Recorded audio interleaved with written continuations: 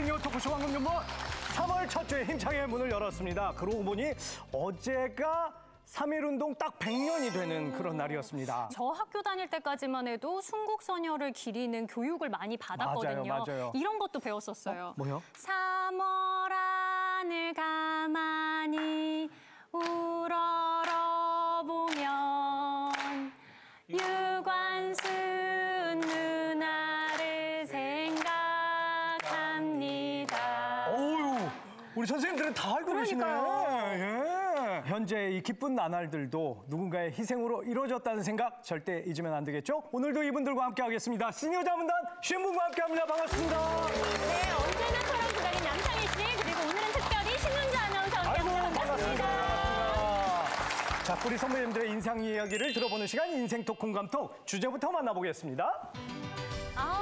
이거 확실히 벌써 봄이 되긴 했나 봐요. 봄나들이를 주제로 잡았습니다. 자, 우리 선생님들은 어디로 어떤 여행들 또 어떤 추억들이 있는지 지금부터 만나보겠습니다. 첫 번째 이야기마다 펼쳐보죠. 한 40년 전에 남편하고 둘이서 창병원에 벚꽃놀이 구경을 갔어요.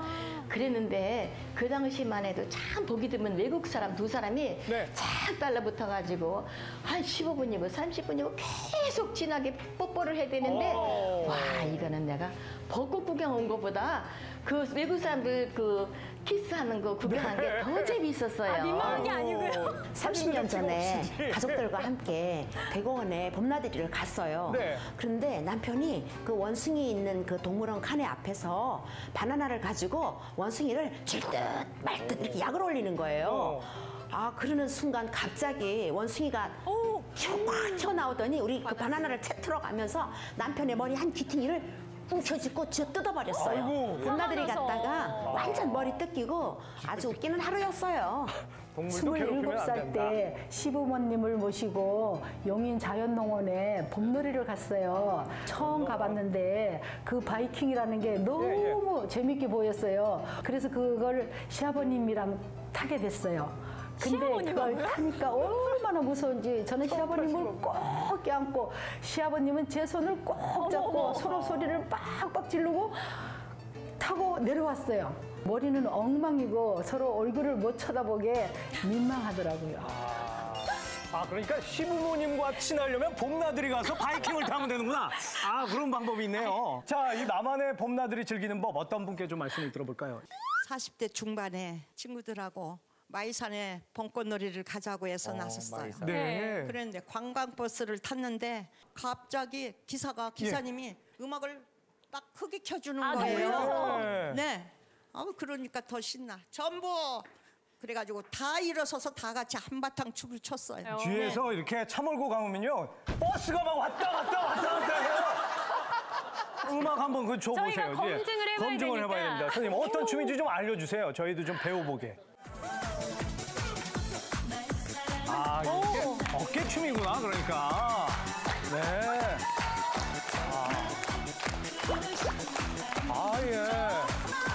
남상희 씨. 이 치계가 어떡해. 원래 차 안에서 술도 먹으면 안 되는데 저렇게 술 취해서.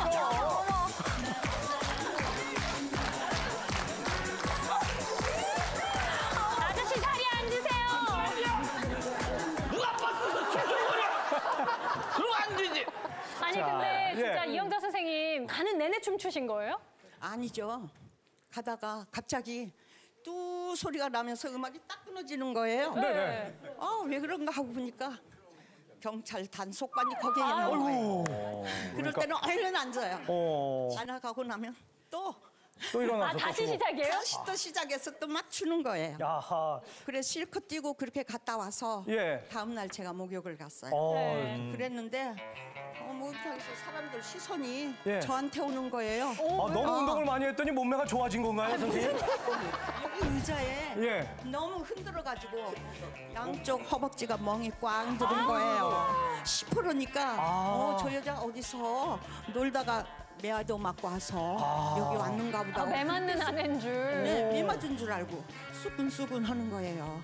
창피해서 목욕도 제대로 못하고 그냥 왔어요. 선생님 그럼 그 이후로도 계속 관광버스 춤 추세요? 네, 관광버스는 타고 관광을 가는데 네. 이제는 버스 안에서는 안 추워요. 예. 안 추고 그냥 버스 타고 쭉 가다가 이렇게 넓은 공지나 예. 잔디밭 그런 데가 있잖아요. 그러면은 차 세워주세요. 음악 켜주세요. 그리고 내려서 그냥 실컷 내려서. 흔들어요. 그때는 멍도 안 들고 너무너무 좋아요. 그렇죠, 그렇죠. 아하. 안전하고요. 아니, 신윤주 아나운서 실제로 진짜 이렇게 버스에서 춤추시면 안 되잖아요. 아니 그러니까 도로교통법 49조 1조 1항 위반이 됐다고 그래요. 그래가지고 이거 하다가 걸리면 범칙금 무려 10만 원. 예, 그렇게 되고 면허 정지될 수 있다고 하니까는 이제 춤은 이렇게 넓은 들판에서 예. 아니면은 아늑한 집에서 집에서 추시는 걸로 예, 하셔야겠습니다. 자, 어떤 분의 또 봄 즐기는 방법을 말씀을 들어볼까요? 저는 한 10여 년 전에 수원시 주최 그 광교산 벚꽃 걷기대 축제가 있었어요. 네. 근데 그게 왕복 10km 정도 되는데 반환점을 돌아와 가지고 이 손도장을 찍어야 경품 추첨을 할 그 권리가 생겨요. 이제 가족들하고 열심히 달려가면서 예. 벚꽃 구경도 하고 이왕 또 나왔으니까 운동도 하고 열심히 뛰었는데 네. 왕복 10km가 이게 장난이 아니에요. 아, 그렇죠. 이게 예. 평지 10km도 힘든데 산길은 훨씬 그러네요, 더 힘들잖아요. 그러네요. 중간쯤 지나서 열심히 가도 반원쯤이 안 나오는 거예요. 네. 예, 그래서 너무 힘들고 숨이 차고 해가지고 이거 포기할까 싶은 찰나에 네. 반대편에서 집사람하고 아들이 반환점을 돌아서 손도장을 찍고 오는 거예요. 그래서 이 순간적으로 이 깨가 생각이 나는 거예요. 네. 아들이 찍어온 손도장을 제 손등에 대고 막 비볐어요. 막 비비니까 손에 땀이 나서 그런지 그 빨갛게 그 손도장 자국이 나더라고요. 어머, 선생님 편법으로 이렇게 해서 이렇게. 그렇지. 예. 이거. 그래서 이제 그 완주한 그 인정을 받아가지고 경품 번호표를 타가지고 이야. 입장을 했습니다. 과연 꾀돌이의 최후는 어떻게 됐습니까? 그래서 예. 1시간 정도 추천을 했는데 네. 1등 스팀 청소기에 제가 당첨이 된 거예요. 와. 아니 이게 박수 치실 일이 아니에요. 그 당시에 그 스팀 청소기가 유행할 때고 금액이 좀 비쌌어요. 예. 그래서 이제 집에서 거의 모셔두고 있다가 우리 딸내미 시집갈 때 혼수용품으로 혼수용품으로 이렇게 장모해서 보내줬어요. 여보세요. 예. 그 수원 경찰서죠. 10년 전이고요. 예, 10년 전. 네, 광교 거기 이 남자 열자. 스팀 청소기라고 꼭 얘기해 주세요. 예. 공소시효 지났다네요. 지났대. 이거 다행이다. 마음껏 쓰시라고. 네. 아니, 근데 선생님 따님은 아세요? 이렇게 하해서 이렇게 경품 추천권 받은 거? 근데 우리 딸은 지금도 모르고 있어요. 모를 거예요. 그래서 제가 좀 양심에 좀 가책도 되고 해서 네. 딸한테 사실 미안하게 생각하는데 아주 잘 쓰고 있습니다. 지금. 잘 쓰고 있어요. 예. 야하. 따님 혼수 선물로는 스팀 청소기를 선물해 주셨잖아요. 네. 앞으로는 운동 열심히 하셔서 건강을 선물해 주시면 더 좋을 것 같습니다. 좋은 얘기였습니다. 자, 두 번째 이야기 만나보죠. 중학교 3학년 때 소풍을 가는데 우리 아버지가 사다 주신 노란 티셔츠와 파란 모자와 하얀 운동화를 신고 소풍을 갔어요.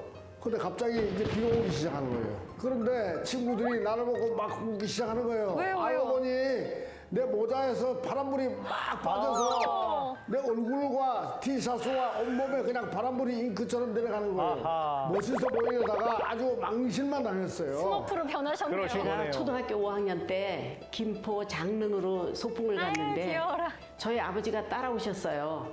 그 능 뒤에서 막 이렇게 놀고 있는데 네. 능 앞쪽에서 막 시끄러운 소리가 나고 난리가 난 거예요. 네. 그래서 가보니까 저희 아버지가 그 능 앞에 그 상석 위에 누워 계시는 거예요. 아, 저기예요? 저희 담임 선생님과 술을 약주를 많이 마시고 하셨군요. 취해서 누워 계신 거였어요.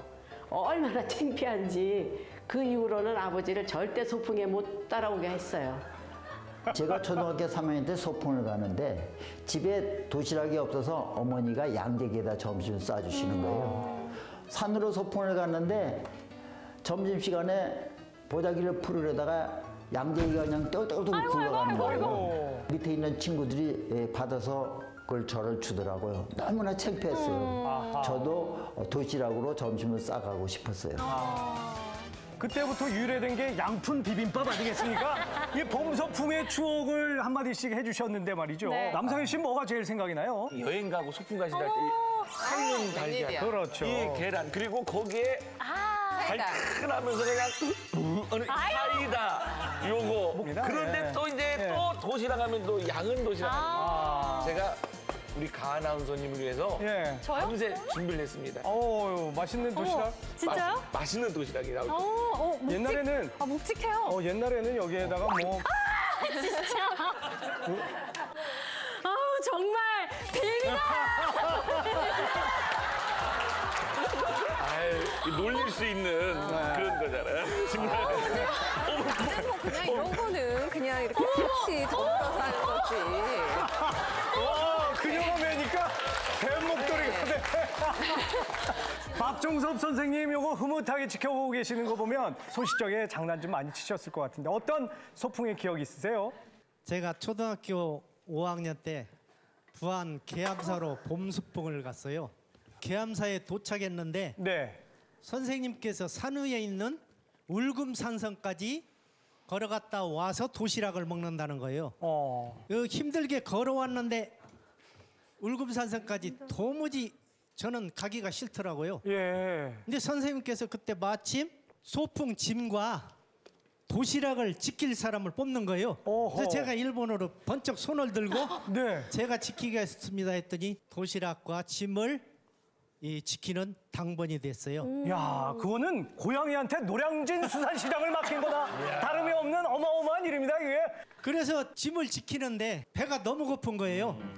그래서 제 도시락을 열고 도시락을 먹었는데 그건 또 간에 기별도 안 가요. 그때 눈에 띈 게 바로 학생들이 맡겨놓은 도시락 덤물이에요. 그걸 보자 아이고 살았구나 저걸 먹어야 돼. 안 들키고 먹어야 하는데 도시락을 이제 이렇게 하는데 이건 열고 먹으면 100% 이게 들키거든요. 그 위를 먹으면. 예. 그래서 이제 딱딱 두드리는 거예요. 그리고 나서 이걸 뒤집어 엎어요. 엎고 나서 도시락을 이거 잘 붙어 있어요. 아이고 다 부서졌네. 이게 찰밥을 했나 봐요. 이걸 가운데서 한두 번만 먹는 거예요. 반찬도 그때는 이렇게 많지 않은데 하나씩만 딱 먹고 티 안 나게. 다시 이제 원상 먹고 표시 안 나게. 찰밥 싸온 집은 일단 그냥 덮어야 되겠다. 그건 너무 티가 나니까 찰밥은 덮고. 이제 소풍 때는 되게 좀 좋은 걸 싸줍니다. 어머니께서 이제 계란 같은 경우 지단으로 붙여서 하거나 또는 이제 뭐 귀한 소세지 한 두 쪽을 넣거든요. 평소에 못 먹던 거 챙겨서 드신 거네요. 그 중에서 이제 하나씩만 이렇게 살짝 골라 먹는 거예요. 완전 범죄를 그러면 이루셨습니까? 이 친구들이 이제 산성에 갔다 1시간 후에 내려왔어요. 내려와서는 도시락을 열더니 딱 열더만 다 이거 모자란다는 거예요. 반찬이. 그걸 어떻게 알아요? 집에서 아침에 싸주잖아요. 뭐 전부 열고 하나하나 무엇이 들었나 다 세본 거예요. 심지어 어떤 애는 콩 잡아 몇 개인가 멸치 몇 개까지 다 씌워가지고 멸치 몇 개까지 셌어요? 그래서 탈로가 난 거예요. 이 선생님한테 치킨 당번 저 박종섭이가 반찬 밥 다 먹었다 이래가지고 너 한번 당연 애들 거 도시락 빈통을 전부 저한테 이제 짊어지고 소풍 끝나자 학교까지 이제 그걸 짊어지고 제가 학교까지 걸어가게 됐어요. 그 뒤에는 누가 도시락 공짜로 줘도 지금까지 안 먹습니다. 자, 이번엔 선생님들이 많이 계시니까 선생님들의 봄선풍 추억을 누가 좀 말씀해 주시면 좋겠는데. 이춘만 선생님. 이춘만 선생님, 69년도에 초등학교에서 1학년을 담임하게 됐어요. 근데 그때 봄소풍은 전부 고궁으로 많이 갔어요. 그래서 이제 점심시간이 돼서 밥을 먹기 시작을 했는데 어떤 남자애 하나가 김밥을 땅에다 떨어뜨린 거예요. 이게 그게 귀한 음식이니까 버리지 않고 그걸 그냥 집어 먹었어요. 떨어진 거를? 그러니까 그 땅에 잔디가 있었을 거 아니에요. 그 건불재 목에가 걸렸어요. 걸려가지고 캑캑거리고 있는데 등을 두드려도 김밥이 안 나와요. 그래서 애는 자꾸 그냥 뭐 힘들어하고 그래서 손가락을 목구멍에다 넣어서 토하게 만들었어요. 이게 기도에 들어갔구나, 그 김밥이. 한참 있더니 이제 김밥이 그냥 울커덕 애가 토하더라고요. 그래도 그러니까 다행이네요. 그 옆에서 그걸 보고 있던 아이들이 비유가 상하니까 애들이 하나둘 또 토기 시작하는 거예요. 수 있죠. 또 1학년이니까 그 토하는 걸 보고 깔깔대고 또 웃는 거예요. 웃다가 그 웃는 아이들이 그냥 줄지어서 토해요. 냄새 때문에. 어머, 어떡해. 아니, 봄소풍 연쇄 구토 사건을 이걸 어떻게 치료를 하셨습니까, 선생님? 네, 그때는 물티슈나 위생장갑 같은 것도 없었잖아요. 예. 그래서 할 수 없이 내 손 쓰고 도시락 싸가지고 보재기로 애들을 다 닦아주고 그 토한 오물을 그냥 내 맨손으로 다 치고 나니까 기다리던 점심시간이 끝난 거예요. 정말 저에게는 69년도에 1학년 소풍이 정말 고생해서 날이었었습니다. 아유, 그러셨겠어요. 저는 방송을 하다 보니까 몇 년 전까지만 해도 낮 12시에 방송을 했어요. 봄 소풍 때 정말 기다리던 점심시간 전에 저는 그 자리를 떠나서 방송국에 와야 되는 거예요. 잠깐 얼굴만 비추고. 예, 슬쩍 얘한테 엄마 가야 되는데. 그리고 얘를 뿌리치고 저는 방송국으로 상이라 그러면 안 돼.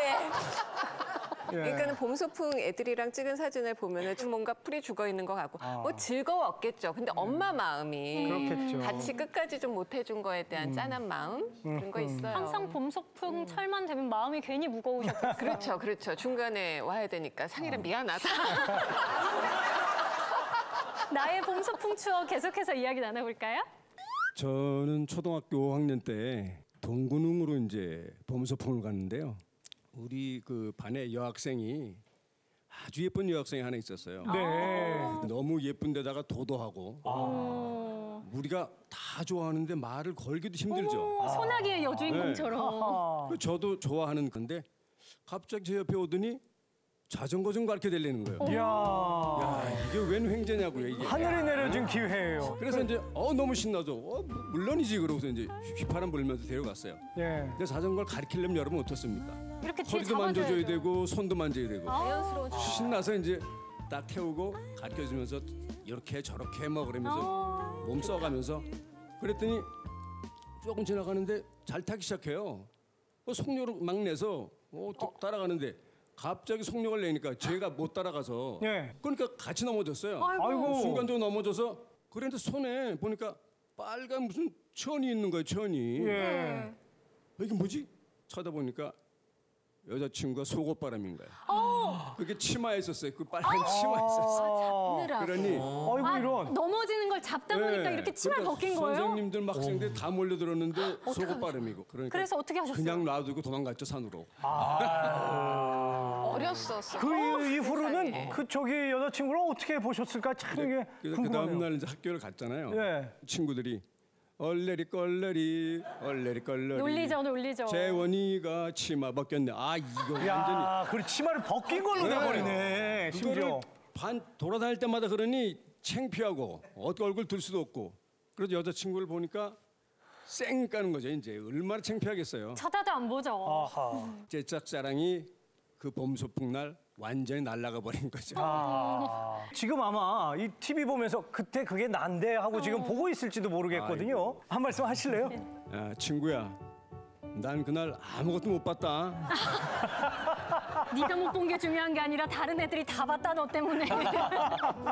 아유, 자, 하여튼 봄소풍에 잊지 못할 추억까지 얘기 들었습니다. 세 번째 이야기마당 펼쳐보죠. 27살 때요. 남자친구랑 친구 커플이랑 봄놀이로 산에 갔어요. 꽃 구경하고 재밌게 놀다가요. 남자친구가 기념사진을 찍자고 하더라고요. 저랑 친구들을 세워놓고요. 조금씩 뒤로 가다가 낭떠러지로 떨어진 거예요. 너무 놀라서 뛰어갔는데 다행히 나뭇가지에 걸렸더라고요. 하마터면 큰일 날 뻔했어요. 20년 전에 지하철 입구에서 전단지를 돌리는데 매화 축제가 15,000원이라 너무 싸더라고요. 그래서 예약해서 차를 탔어요. 탔는데 가이드가 이 차는 사슴농장하고 인삼농장이 협찬을 받아서 경유해서 가야 된다고 하더라고요. 물건을 강매하는데 시달리고서 매화 축제장에 갔더니 30분밖에 못 보고 돌아왔어요. 정말 싼 게 이유가 있더라고요. 정말 15,000원어치 보고 20년 전에 오셨네요. 남편이랑 딸아이랑 동네 뒷산에 소풍을 갔어요. 그런데 남편이 어디서 막대기를 하나 주워가지고 와서 땅을 툭툭 치고 다니는 거예요. 그러더니 그냥 땅벌집을 건드려가지고 땅벌이 그냥 때로 나와가지고 남편을 막 뒷머리를 공격을 하는 거예요. 벌들이 막 머릿속으로 막 들어가는 거 보고 놀래서 난 딸아이를 붙잡고 막 뛰쳐나왔죠. 네. 한참 있다가 남편이 얼굴이 빨개가지고 화가 있는 대로 나서 나오면서 왜 자기는 구해주지 않고 혼자서 그게 갔느냐, 부부가 맞느냐, 그러면서 원망을 한답니다. 지금도. 자, 봄나들이 때 벌어진 아주 특별한 사건, 이 얘기를 좀 해주셨다 이겁니다. 아니 너무 설레 있는 상태에 날벼락 맞는 경우가 그렇죠. 생기기도 하죠. 네. 나도 정말 이런 일이 벌어질 줄 몰랐었다. 제가요 22살에 결혼해서 아기 키우느라고 그 봄놀이를 못 갔었는데 26살 때 남편이 시어머니한테 아기 맡기고 우리 강화 성모도에 놀러를 가자 그러더라고요. 그래서 너무 막 설레고 기분이 좋아가지고 이제 그 다음날 새벽같이 일어나서 이제 김밥도 싸고 저 삼겹살도 굽고 그리고 막 상추 쌈에다가 반찬을 이제 한가득 해서 도시락을 쌌어요. 아니 얼마나 좋으셨으면 삼겹살까지 삼겹살을 가서 먹는 게 아니라 미리 아침에 구워가지고. 그래서 이제 신촌에서 강화도까지 버스를 타고 가는데 버스에 딱 오르니까 버스 안내양이 아니 무슨 도시락이 그렇게 많냐고 이렇게 묻더라고요. 그래서 제가 오래간만에 봄놀이를 가니까 이제 김밥도 좀 싸고 이렇게 고기도 좀 넣었다고 그랬더니 그 안내양 하는 말이 아우 진짜 맛있겠네요 그러더라고요. 근데 그 소리를 듣더니 옆에 남편이 뭐라느냐 그러면은 우리 저 강화도에 내려서 있을 테니까 그때 같이 밥 먹자고 그 얘기를 하는 거예요. 안내양한테 같이 먹자고요? 안내양한테 설마 잊어버리고 안 오겠지. 그렇죠. 그냥 의뢰하는 얘기죠. 맛있겠네요 이렇게. 그렇게 생각을 하고서 강화도에 딱 내리니까 이제 성모도로 들어가야 되는데 배 시간이 좀 남더라고요. 그럼 우리 여기서 점심을 먹고 가자. 그래가지고 이제 그 어느 주차장 한 귀퉁이에다가 보따리를 풀고서 도시락을 딱 꺼내놓는 순간에 어디 저쪽에서 아까 그 버스 안내양이 아주 막 방긋방긋 웃으면서 저희들한테 오는 거예요. 그러면서 이제 도시락을 풀어놓은 거 이렇게 보더니만 와 진짜 맛있겠네 이러면서 잘 먹겠습니다 하고 펄썩 주도 않는 거예요 그 자리에. 먹기 시작하는데 김밥은 그 버스 안내양이 김밥은 손도 안 대고 그냥 삼겹살을 갖다가 한 점도 아니에요. 2-3점씩을 갖다가 상추 쌈에 사가지고 저는 김밥 하나 먹는 동안에 그 쌈을 몇 번을 사서 먹는지 그 쌈이 순식간에 없어져 버렸어요. 새벽까지가 일어나가지고 이렇게 사왔는데 너무 황당하고 막 화가 나는 거예요. 아유 참. 아니 그럼 선생님 고기 맛은 보셨어요? 맛도 못 봤죠. 아니 그래도 남편이 좀 이렇게 한 점 싸줄 법한데. 이 양반도 그냥 뻔히 쳐다보고 있으면서 둘이서 같이 그냥 잘 먹더라고요. 저는 이제 열받아가지고 있는데 먹고 딱 일어나면서 아이고 배부르게 참 잘 먹었다고 그러면서 인사하고는 그냥 쌩 가버리더라고요. 그럼 안 되지. 아니 음료수라도 한 잔 이렇게 사다 주고 가야지. 아니 그러면 차표 나중에 갈 때 뭐 차라도 곡자로 타라든지 그러니까. 그런 얘기라도 있어야 되는데 아무 소리도 안 하고 그냥 가더라고요. 너무너무 화가 나가지고요. 결국은 돌아올 적에 부부싸움만 진딱하고 아이고 입이 그냥 대빨 나와가지고 그렇게 집으로 돌아왔어요. 남편분이 그러면 안 되는데 근데 그 안내양이 이뻤어요? 아유 저보다 안 이뻤어요. 그래 안 예뻤어. 그렇지. 안 예뻤어. 근데 제가 알아보니까요 그 안내양 다음 날 잘렸다고 그러더라고요. 그래가지고 또 어떤 분의 봄나들이 갔을 때 아찔한 순간. 제가 20대 초반에 친구들이랑 현재 살고 있는 경북 구미에 금호산이라는 그 명산이 있습니다. 금호산. 그 명산에 그 친구들이랑 이제 그 봄놀이를 가게 됐죠. 네. 금호산은 뭐가 좋아요? 제가 안 가봐서 잘 모르겠어요. 그 단풍도 좋고 감자술이라고 막걸리입니다 이게. 그런데 아주 이게 독하면서 명주입니다. 날씨 좋지, 뭐 분위기 좋지, 또 술맛 모르면서도 술맛 좋지. 이래가지고 술을 좀 강하게 좀 마셨죠. 그래서 제일 큰 놀다가 다시 이제 하산을 하게 되었습니다. 하산을 하고 이제 집에를 가는데 우리 이웃마을에 있는 또 친구를 하나 만났습니다. 그래서 그 가서 이제 다시 막걸리를 주전자로 한 3-4 주전자를 마셨어요. 둘이서요? 예. 어유. 그래 마시니 얼마나 취했겠습니까? 그 앞에 먹은 감자술도 깨지도 않았는데. 그래서 이제 거기서 헤어져 가지고 그 친구는 자기 마을로, 나는 우리 집으로. 가서 뭐 가자마자 그대로 뭐 술이 많이 취했으니까. 그렇죠. 보라 떨어진 거죠. 아유. 제가 이제 한참을 잤어요. 예. 자는데 봄이니까 한기가 있을 거 아니에요.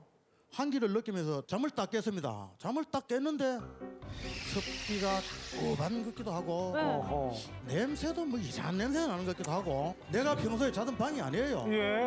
내가 자던 방이 아니더라고요. 어디예요? 그런데 베개를 보니까 무슨 나무 토막을 베고 누우는 것 같더라고요. 그래서 깜짝 놀라가 벌떡 일어났습니다. 제가 일어나가 천천히 살펴보니 거기는 다른 데가 아니고 우리 마을 입구에 있는 상여집이었습니다.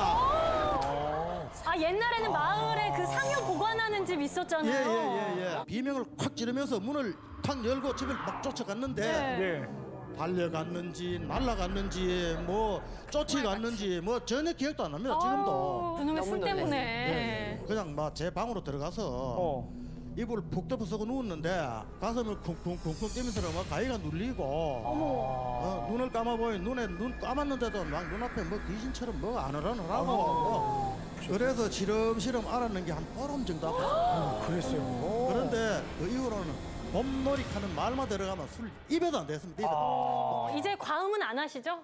지금도 과음하지만은 아니 아무리 약주 드셨어도 집으로 오셔야 됩니다. 그리고 과음하시면 안 돼요. 자, 어떤 분의 또 추억을 좀 들어볼까요? 김용숙 선생님. 저는 22살에 결혼해서 맞벌이를 하느냐고 아이들하고 많이 놀아주질 못했어요. 그런데 큰아들이 초등학교 입학해서 처음으로 봄소풍을 가게 됐어요. 그 점심을 먹고 그 보물찾기 시간이 됐어요.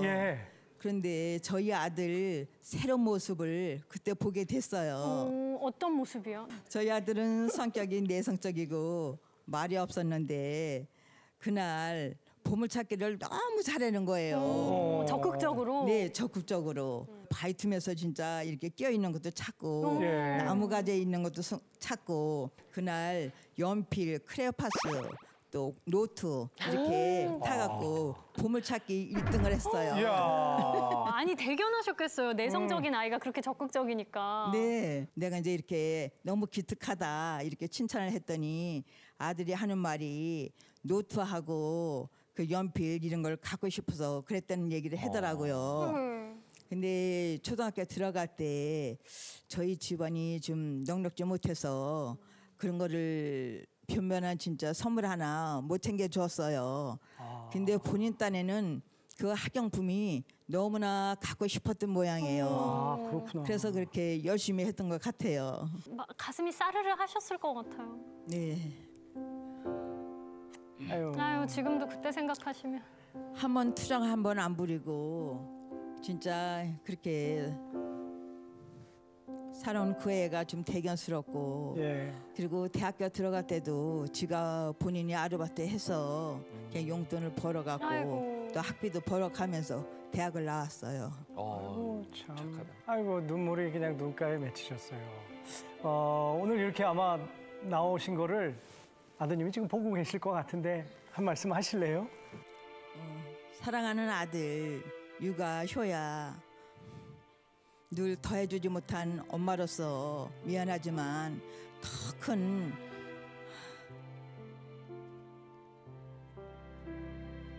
그 누구보다도 더 큰 사랑을 하고 있다는 것을 너는 알고 있겠지? 아들아 정말 사랑해. 그리고 고마워.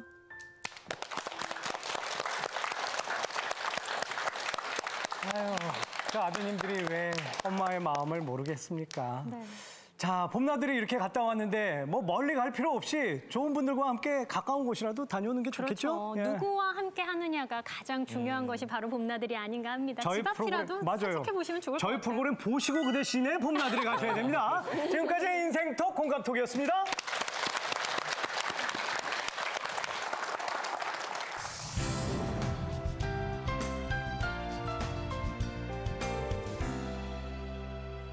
인생의 갈림길에서 고민하고 계시다면 황금 나침반의 문을 두드려 주시기 바랍니다. 의뢰인의 사연 만나보겠습니다. 주인공 부부가 살고 있는 곳은 전라북도 부안. 오늘은 아내가 운영하는 농장에서 간장을 담그는 날인데요. 수백 덩이의 메주를 씻어 장을 담그느라 정신이 없는 아내입니다. 그 시각 바쁜 아내와 달리 한가롭게 찜질을 즐기는 이가 있으니 바로 남편 김동환 씨입니다. 그때 울리는 전화벨. 바로 아내인데요. 여보세요. 새아빠 지금 어디요? 아우 시원해. 나 찜질방 왔어. 오늘 장 담근다고 했잖아. 우리가 일을 와서 쉬러 왔지. 나 찜질 왔으니 끊어. 아유 정말 답답해 죽겠네. 일은 많은데 한가롭게 쉬는 남편이 못마땅한 건 마을 어르신도 마찬가지. 아니 오늘 간장 담는다고 했잖아요. 근데 찜질방 가서 지금 어디 갔다 아니요? 어르신들도 뭐라고 하시네요. 몸이 안 좋아서 나왔다고. 근데 그냥 하다가 시부치 오는 거야. 보세! 지금 빠져.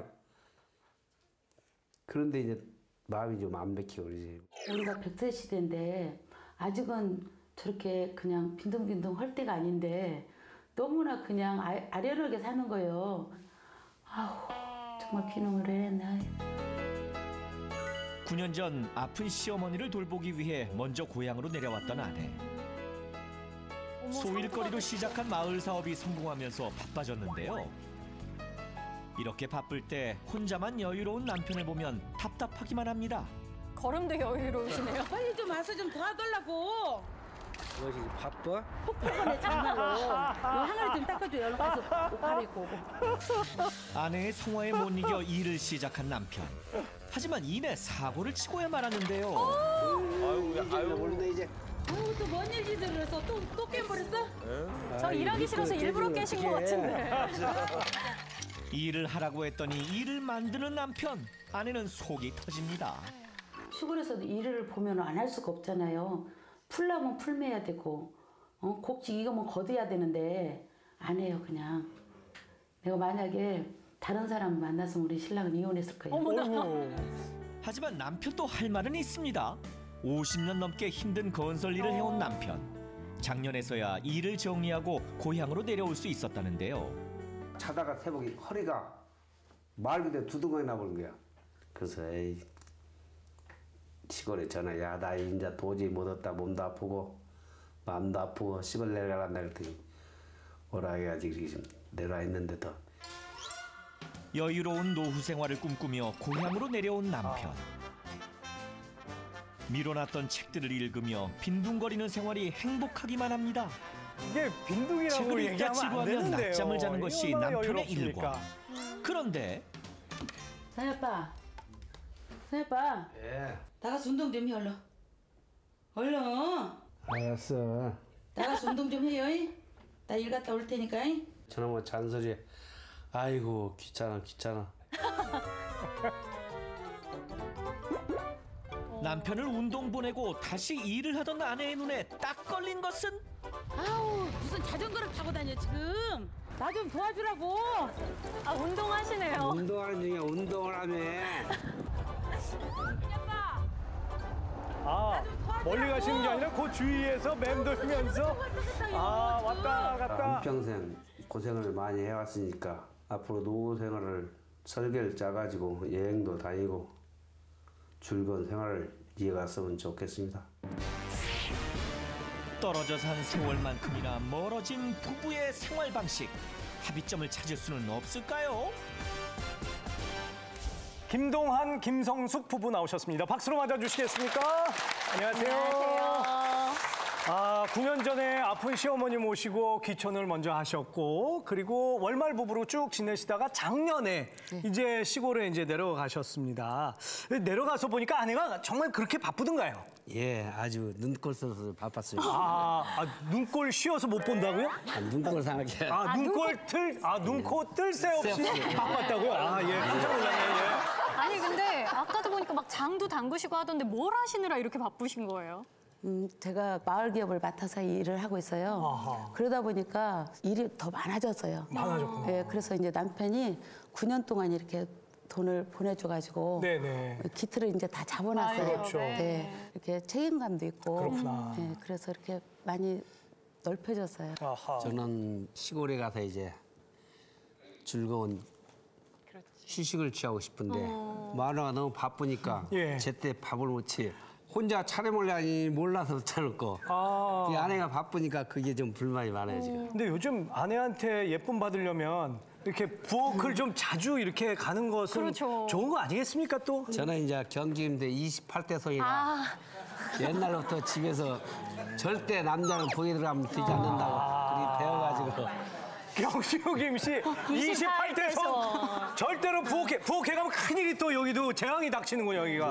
불행이 닥치고. 성격이 그러다 보니까 제가 좀 뭐 좀 가르쳐 주려면 어디로 가고 없어요. 오호. 그래서 이 밥 챙기는 게 참 고민이더라고요. 아 그러니까 가르쳐 주시려고 해보셨는데 네. 답답해서 못 가르쳐 주시겠다 이거네요. 어디 가버렸어요. 어디 가세요? 어디 가세요? 저는 이제 건설업을 많이 하다 보니까 이제 허리도 아프고 어깨도 아프고 그렇죠. 다리 연골도 다 이제 많이 다 걷는데 지장이 있어요. 그러다 보니까 이제 찜질방을 자주 가는 편이에요. 허리가 아프시니까. 그렇죠. 가가지고 몸을 풀고 오면 아주 편한데 마누라는 그걸 몰라지. 아니 그러면 남편한테 바라는 점은 뭐가 있으세요? 제가 마을에서 이렇게 보면 어르신들이 많이 일하시는데 저는 놀 수가 없잖아요. 예. 그래서 같이 이렇게 70세까지만 좀 남편이 도와주셨으면 좋겠어요. 저도 균형할 때 이제 어느 정도 편안한 안전 생활을 해왔는데 너무 일이 바쁘다 보니까 여행도 못 다니고 그런 생활을 하고 있습니다. 지금. 그래서 앞으로 제 생각은 좀 일 좀 줄이고 여유 있는 생활에서 여행도 다니고 즐거운 삶을 살았으면 원하는 거 있습니다. 자 본격적으로 우리 자문단 선생님들의 말씀을 듣기 전에 이곳에 계시지 않은 다른 쉰분의 의견을 참고 삼아 보겠습니다. 너무 바쁜 아내를 말려달라는 이 남편의 의견에 대해서 이곳에 계시지 않은 다른 쉰분은 어떻게 판단해 주셨습니까? 25대 25. 아이고, 딱 반반 나왔네. 아니 왜냐면 두 분 다 맞는 말씀을 하고 계세요. 한번 있어보자. 신윤주 아나운서 오늘 처음 오셨으니까 어때요? 어디에 좀 표를 얹어주고 근데 이 싶으세요? 황금 나침반은 네. 황금 비율이구만요. 정말 9년 동안 월말 부부로 사셨으면은 지금까지 살아오신 이 삶의 방식이 너무 달라졌잖아요. 네. 헤어져서 산 만큼 시간이 필요할 거 아니에요. 김성숙님은 김성숙님대로 또 윤동아님은 건설업에 지금 50년. 50년. 경주김씨 28대 경주김씨 28대 손. 얼마나 힘드시겠습니까? 아니 그래도 편을 눌러야 돼요. 편을 들어주셔야 돼요. 어느 쪽? 정말 저는 저걸 안 눌러도 되니까 저는 25대 25입니다. 딱 반반이에요? 25 드리려고 그러시는 거예요? 예. 아니 근데 실제로 신윤주 아나운서는 투표권이 없어요. 아버님께서 50년 동안 건설업에 종사하시면서 물론 그렇게 힘드시고 고된 일을 하셨지만 그 뒤에 아내분도 더 힘들면 더 힘들었지 덜 힘든 건 아니라고 저는 그렇죠. 생각을 하고요. 아내분도 쉬고 싶고 놀고 싶고 이렇게 여행 다니고 싶은 마음 굴뚝일 것 같거든요. 그렇죠, 어머님?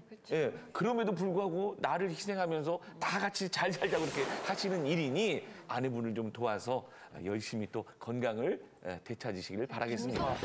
좋습니다. 자, 이게 본격적으로 좀 한번 말씀을 들어보죠. 나는 남편 편이다 하시는 분 손 한번 들어주세요.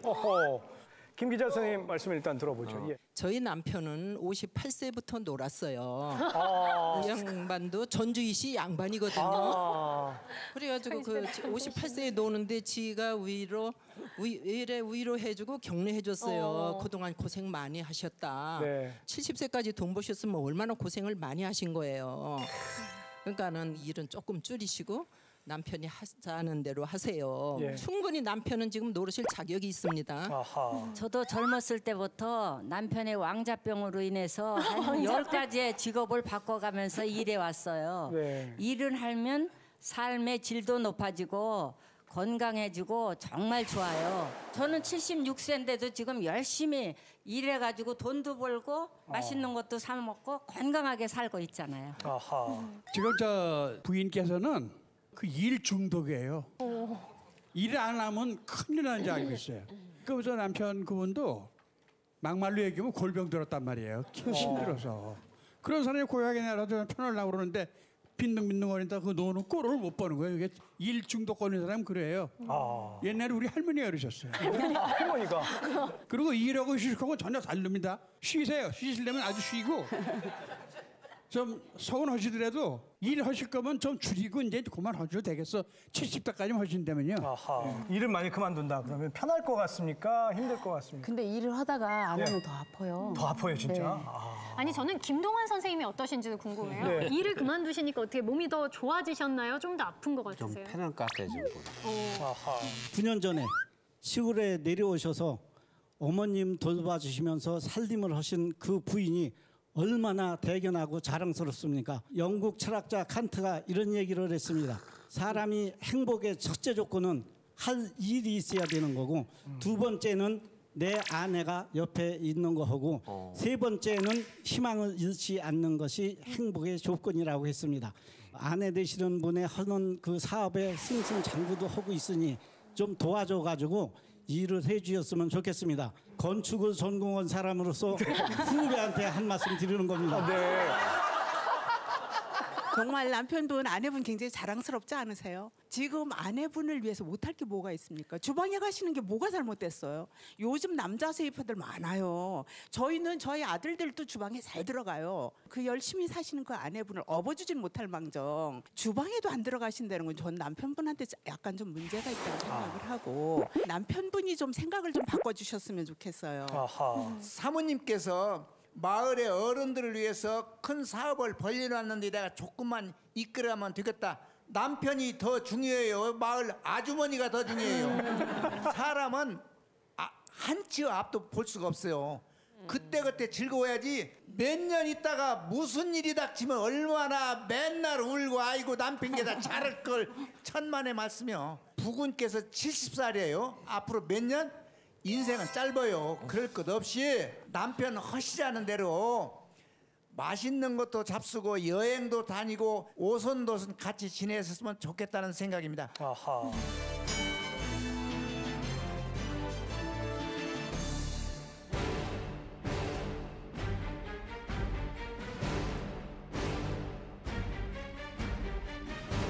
최종 결과 확인합니다. 너무 바쁜 아내를 말려주세요. 사전투표 결과는 25대 25로 동률이었습니다. 자, 이곳에 계신 분들은 어떻게 판단해 주셨습니까? 25대 25! 이것 봐, 이것 봐. 50대 50입니다. 신지 아나운서 아까 황금 비율이라고 했는데. 진짜 이럴 줄 알았어요. 아니, 가만히 있어보세요. 남상일 씨 이렇게 딱 떨어져가지고 100 이렇게 나온 적 없었죠. 일이고요. 처음 있는 일이잖아. 예. 아이고 보살님. 아니 그러니까는 남편분은 재미 추구형.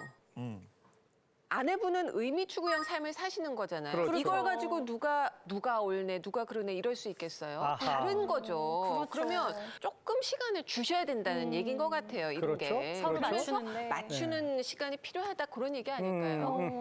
아니 근데 너무 고민되셔서 나오셨는데 그러니까 말이죠. 25대 25니 어떻게 하죠? 좀 일 좀 줄이고 여유 있는 생활 좀 하려고요. 정말이요? 네, 그리고 아유. 이제 어머니가 지금 92살이에요. 그래가지고 중풍 지금 3번 맞아가지고 양로원에 계시는데 병원이라도 좀 모시고 갔으면 좋겠어요. 그러지 앞으로 어머니 제가 책임져야죠. 아, 약속하신 거고. 네. 그러면 그 시간만큼 일을 줄이시는 거죠? 일을 좀 네. 줄이시고. 앞으로도 더 건강하고 행복하시라고 박수 힘차게 보내주시면 고맙겠습니다. 감사합니다. 감사합니다.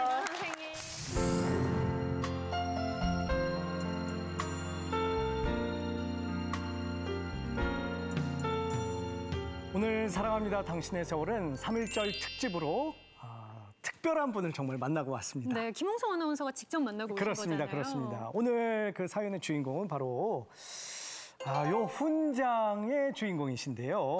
지금의 대한민국을 있게 만드신 어른에게 드리는 대한민국 애족장입니다. 건국 훈장 애족장. 과연 이 훈장에는 어떤 사연이 담겨 있는지 먼저 화면으로 만나보시죠. 대한민국 건국 훈장의 주인공을 찾아간 곳은 대구광역시입니다. 3.1운동 100주년을 맞아서 오늘은 정말 특별한 분을 만나뵙기 위해 이곳 대구에 왔습니다. 어떤 분을 만나뵙게 될지 우리 시청자 여러분들도 무척 궁금하시죠? 저도 마음이 설렙니다. 오실 때가 됐는데 조금만 더 기다려볼까요? 애국지사를 만난다는 설렘 안 겪어본 분은 절대 모릅니다. 저쪽에 오세요. 아이고, 안녕하십니까. 선생님, 반갑습니다. 반갑습니다. 아이고, 예, 정완진 지사님 맞으시죠? 아이고, 맞습니다. 아이고, 반갑습니다, 선생님. 이런 데서 만나. 대한민국 건국의 주역, 정완진 애국지사님입니다. 오늘 저를 여기서 보자고 하셨는데 왜 여기를 부르신 겁니까? 태극단 학생동 기념탑 아닙니까? 네. 그 당시 내가 이 태극단 단원 중에 한 사람이었습니다. 그래서 선생님이 태극단 단원이셨군요. 그래서 이곳에서 만나자고 제가 말씀드렸습니다. 일본의 만행이 극에 달했던 1943년. 대구 상업학교 학생들은 항일 비밀 조직을 결성했습니다. 26명의 어린 학생들로 결성됐던 태극단.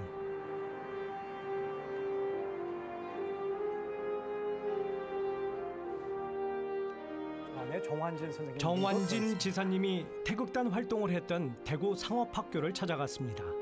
현재는 그 후신 상원고등학교가 남아있는데요. 날씨가 조금만 따뜻했으면 참 좋았을 텐데 너무 추우실 것 같아서 서울에서부터 가슴에 품고 유자차를 제가 가져왔습니다. 저희 폭탄이 아니에요. 예. 뭐 이런 걸 살뜰하게. 어려운 걸음 해주신 애국지사님의 몸과 마음을 조금이라도 데워드리고 싶었습니다.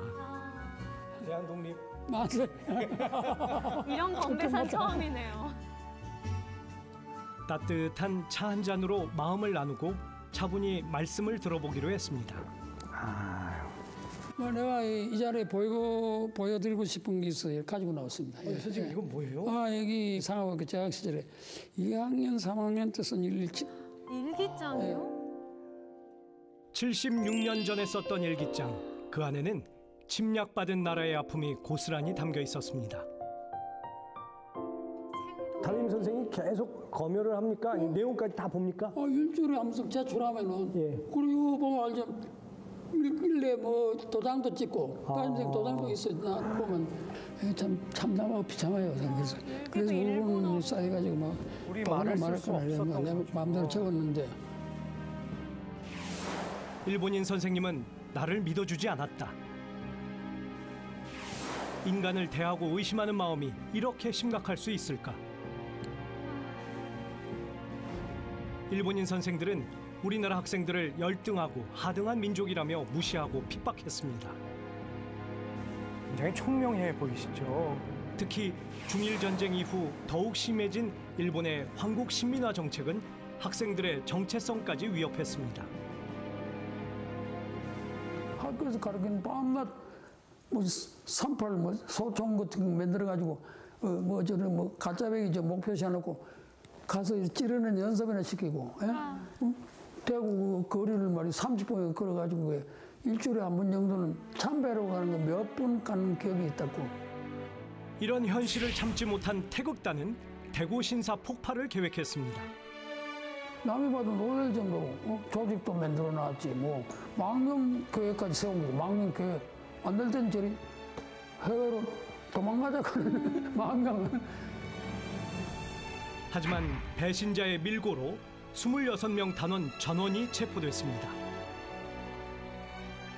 심한 고문으로 이상우 단장을 포함한 3명의 단원이 그만 세상을 떠나고 말았습니다. 나는 살아났지만은 과연 이런 곳에서 우리나라가 해방될 진 꿈에도 또 추치도 못하겠고 얼마 동안을 그래 아마 해방일지가 내서 나도 어디 뭐 중국으로 도망갔거나 했을 거예요. 사실 뭐. 이 학교에서 특별한 시간을 준비했다고 하는데요. 지금 이쪽에 우리 선생님을 기다리고 있는 후배들이 있습니다. 그렇습니까? 들어가 볼까요, 선생님? 후배들과 만나신 거예요? 이제 남녀공학이 됐죠? 세상 많이 변했네요. 선생님. 자, 여러분 혹시 태극단이라고 들어보신 적 있으세요? 네. 역시 선배님을 뵀는데 느낌은 어때요? 신기해요. 너무 멋있어요. 멋있고 존경스럽고 그 자랑스러운 증표를 가져오셨다고 제가 말씀을 드렸죠. 증표란 게 뭐 후배님들께 보여드리기 위해서 직접 이걸 가져오셨습니다. 이야, 훈장, 애족장을 훈장, 애족장 이런 명칭인데. 자랑스러운 훈장과 함께 애국지사님은 어린 학생들이 잊지 않았으면 하는 게 있습니다.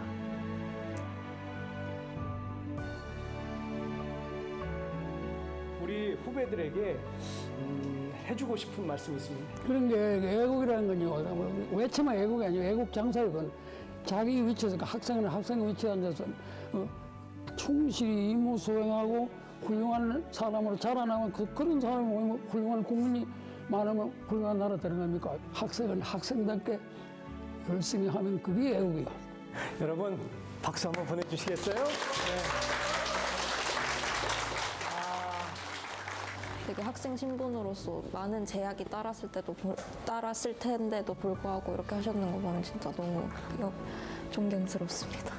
선생님들 덕분에 제가 이렇게 편하게 공부를 할 수 있고 이렇게 대한민국 사람이다라는 걸 말할 수 있게 돼서 정말 존경스럽고 감사하고 여러 가지 마음이 듭니다. 예, 우리가 꽃이랍니다. 나라를 생각했던 그 마음 절대 잊지 않고 기억하겠습니다.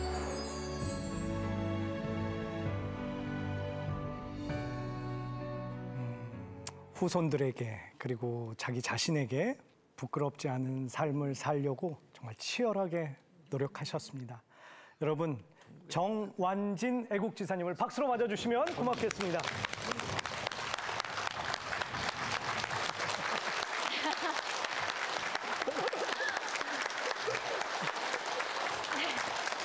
반갑습니다. 먼 길 오시느라고 애쓰셨습니다. 힘들진 않으셨어요? 아이고 이런 기회가 내가 평생에 돌아오리라고 진짜 예상 못했습니다.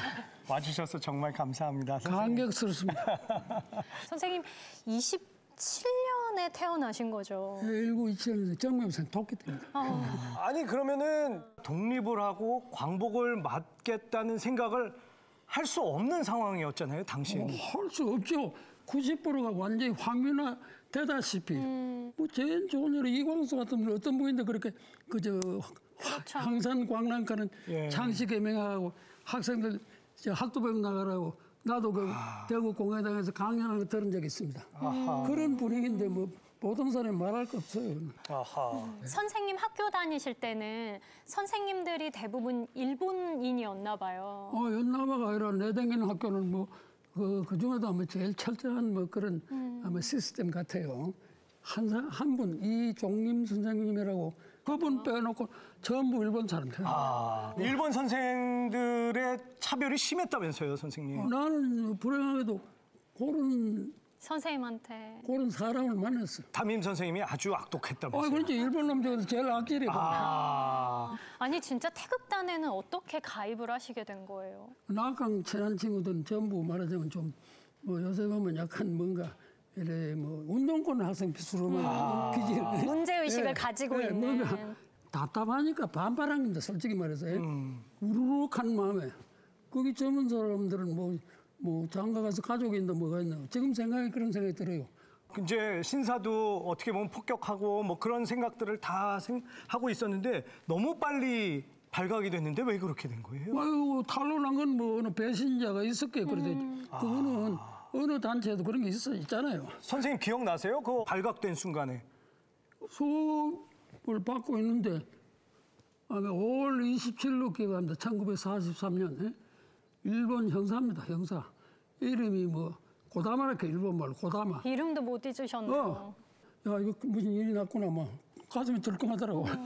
경찰서에서 한 6, 7개월 아주 모진 선생님 취조당하면서 고초를 겪으셨다고 했는데 당시에 굉장히 힘드셨다면서요? 뭐 변기 옆에서 자야 되고. 그냥 인격 모욕적인 폭언에다가 뭐 꿀안져라 뭐 뺨은 뭐 갖다 맡기는 거 안 가지고 뭐 심심하고 와서 때리고 뭐 말 안 하면 매 달린 마담 볼래 뭐 이런 식으로 사람 대접을 말이지 그렇게 야만적으로 대할 수 있나 지금 생각해도 분노가 치밀어진다고. 선생님 6, 7개월 후에는 그러면은 학교에 다시 복학을 하셨습니까? 정말 그게 상상도 못하죠. 어이구 이런 신문을 어디 학교 그냥 다니게 돼 있겠습니까? 그리고 퇴학무지 했다는 통보도 없고. 퇴학 통보도 없이 그냥 못 다니는 무슨 거. 정당한 절차도 없고 그 뒤에 그 학교 가본 적이 없어요. 그렇군요. 상상도 못할 시대를 맞아요. 살아오신 이분들이 계시기에 지금의 우리가 있는 거잖아요. 우리가 그걸 잊고 산 것은 아닌지 정말 죄송한 마음, 정말 감사한 마음을 여기에 담았습니다. 아, 뭐.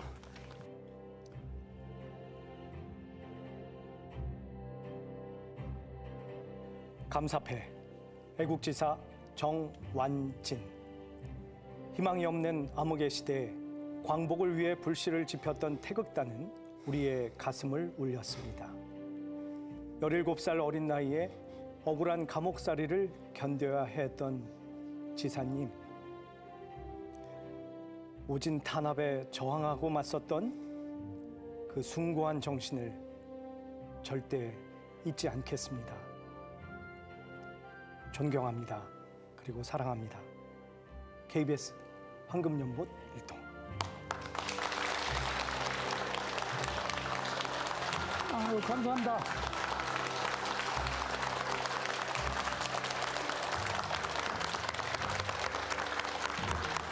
감사합니다. 과분합니다. 과분해요. 과분합니다. 아유, 감사합니다. 이것도 같이 받아주시겠어요?